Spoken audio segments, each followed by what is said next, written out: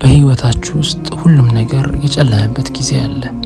ጥረት ያደረጋችሁበት በር ተዘግቶ የጠበቃችሁት ተስፋ ጨልሞ ለምን ጌታዬ፣ ለምን ይህ በእኔ ላይ ሆነ ብላችሁ የጠየቃችሁበትም ወቅት አይጠፋም። ብዙ ጊዜ አላህ አንድን በር ሲዘጋብን የተሻለውን በር ሊከፍትልን እንደሆነ እንዘነጋለን። የዛሬው ታሪካችን በችግር ውስጥ ስላለው ድብቅ የአላህን ጥበብ ሂክማ ያስተምረናል። እስከ መጨረሻው አዳምጡት። ምናልባት ለእናንተ የተዘጋጀ መልእክት ሊሆን ይችላል። በአንድ ወቅት በአንዲት ትንሽ መንደር ውስጥ አንድ ድሃ ግን እጅግ ጠቢብ የሆነ ሽማግሌ ሰው ይኖር ነበር።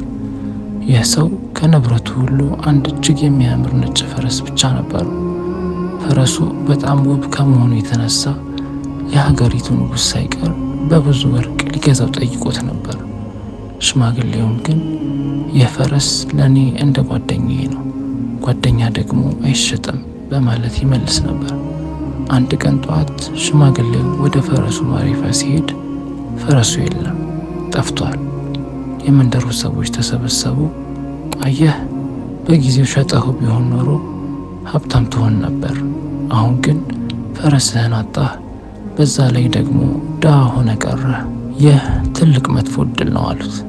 ሽማግሌው ግን በተረጋጋ መንፈስ እንዲህ አላቸው፣ አትቸኩሉ።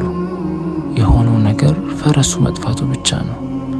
ይህ መጥፎ እድል ይሁን ጥሩ እድል ማንም አያውቅም። የምናውቀው የክስተቱን ትንሽዬ ክፍል ብቻ ነው። የተቀረው አላህ ያውቃል። ሰዎቹ በሽማግሌው ንግግር እየሳቁ ተበተኑ። ከሳምንት በኋላ ግን ያልጠበቀው ነገር ሆነ። የጠፋው ፈረስ ተመልሶ መጣ። ብቻውን ግን አልነበረም። ከጫካ ውስጥ ሌሎች 10 የሚያማምሩ የዱር ፈረሶችን አስከትሎ ወደ ሽማግሌው ቤት ገባ። የመንደሩ ሰዎች ተደናገጡ። ተመልሰው መጡና ሽማግሌው ሆይ፣ ልክ ነበርክ። የፈረስህ መጥፋት መጥፎ እድል ሳይሆን ትልቅ በረከት ኒዕማ ኖረዋል። አሁን ሀብታም ሆንክ አሉት። ሽማግሌውም አሁንም በተረጋጋ ሁኔታ አሁንም አትቸኩሉ፣ የሆነው ነገር ፈረሱ ከሌሎቹ ፈረሶች ጋር መመለሱ ነው። ይህ ጥሩ ይሁን መጥፎ አላህ ነው የሚያውቀው አላቸው። ከጥቂት ቀናት በኋላ የሽማግሌው ብቸኛ ወንድ ልጅ ከዱር ፈረሶቹ አንዱን ለማለማመድ ሲሞክር ፈረሱ ወርውሮ ጣለውና የልጁ እግር ተሰበረ። መንደሩን በድጋሚ ያዘነ።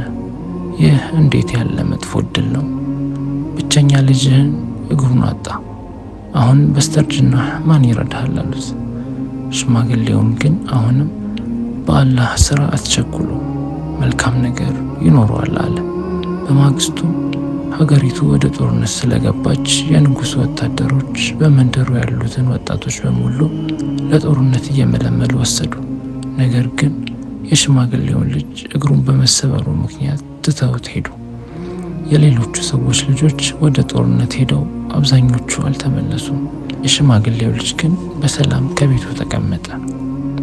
ውድ ወንድምና እህቶቼ፣ የዚህ ታሪክ መልእክት ግልጽ ነው። በህይወታችን ውስጥ አንድ ነገር ሲበላሽ፣ ስራ ስናጣ፣ ስንታመም ወይም የምንወደውን ሰው ስናጣ ያ ነገር የፍጻሜው መጥፎ ነገር ይመስለናል። ነገር ግን እኛ የምናየው የአላህን ሰፊ ጥበብ ሂክማ ትንሽዬ ክፍል ብቻ ነው። አላህ በሱረቱል በቀራ አንቀጽ 216 ላይ እንዲህ ይለናል፣ አንድን ነገር የምትጠሉት ስትሆኑ እርሱ ለእናንተ የተሻለ ሊሆን ይችላል። አንድን ነገር የምትወዱት ስትሆኑ እርሱ ለእናንተ መጥፎ ሊሆን ይችላል። አላህም የሚበጀውን ያውቃል፣ ግን እናንተ አታውቁም። ስለዚህ ዛሬ የዘጋባችሁ በር ካለ አትዘኑ። ምናልባት ያ በር የተዘጋው ከኋላ ያለውን እሳት ሊከላከልላችሁ ይሆናል። ምናልባት ያጣችሁት ነገር ለባሰ አደጋ ምክንያት ሊሆን ይችል ይሆናል። በአላህ ተመኩ፣ ተወኩል አድርጉ። እርሱ ከእናታችሁ በላይ ለእናንተ አዛኝ ነው። ሰብር አድርጉ፣ መጨረሻው ያምራል። እናንተም በህይወታችሁ መጥፎ የመሰላችሁን ነገር ግን መጨረሻው ያማረ የሆነ ገጠመኝ ካላችሁ ኮመንት ላይ አካፍሉን። ለሌሎችም ተስፋ እንዲሆን ቪዲዮውን ሼር አድርጉ። ለቻናላችን አዲስ ከሆናችሁ ሰብስክራይብ በማድረግ ቤተሰብ ይሁኑ። ወሰላሙ አለይኩም ወራህመቱላሂ ወበረካቱሁ።